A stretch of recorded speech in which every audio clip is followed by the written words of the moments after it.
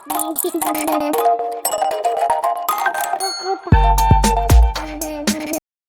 Everyone, इस video में बात कर लेते हैं एलेम्बिक लिमिटेड की। क्विकली एनालिसिस देख लेते हैं। चैनल को लाइक एंड सब्सक्राइब करना मत भूलिएगा।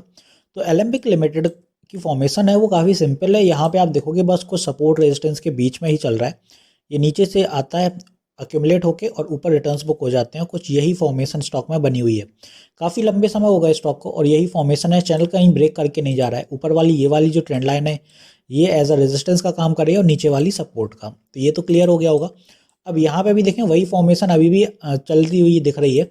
एग्जैक्ट रेजिस्टेंस कहाँ मिली? ट्रेंड लाइन के पास, और वही चैनल के अंदर चल रहा है स्टॉक। तो एग्जैक्ट ट्रेंड लाइन वहीं टच कर रही है, वहीं 100 भी साइकोलॉजिकल लेवल भी है साथ ही।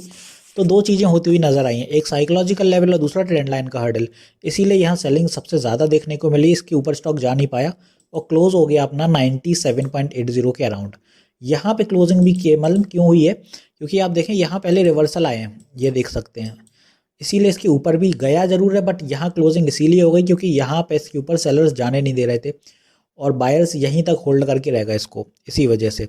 अब बायर्स की बात करें तो बायर्स सबसे ज़्यादा देखने को मिले थे अपन को 94 के अराउंड। यहाँ से बुलिशनेस रही है तो स्टॉक नीचे नहीं जा पाया, दिन भर ऊपर रहा और 97.80 के अराउंड क्लोज हो गया।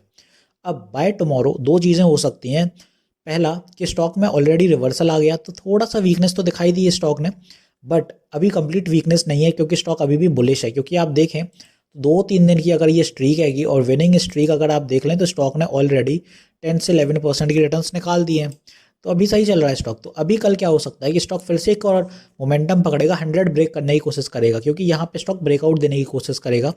ट्रेंड लाइन का ब्रेकआउट हो जाएगा, वो अपना रहेगा 101 के अराउंड और फिर वो सस्टेन करना चाहिए। अगर सस्टेन करेगा तो फिर आप देखें 105 रुपीज़ तक आपको सेलर्स कहीं ना कहीं देखने को मिलेंगे। यहाँ तक ये लेवल पूरा सेलर से भरा होगा ऊपर की दिशा में, तो यहाँ तक सेलर्स आपको मिल सकते हैं क्योंकि साइकोलॉजिकल लेवल के 5 पॉइंट बाद तक सेलर्स कहीं ना कहीं एक्टिव रहते हैं। उनका मोटिव यही रहता है कि स्टॉक को वापस साइकोलॉजिकल लेवल जो कि 100 है बड़ा लेवल, उसके अंदर गिराया जाए, 105 क्रॉस ना होने दिया जाए।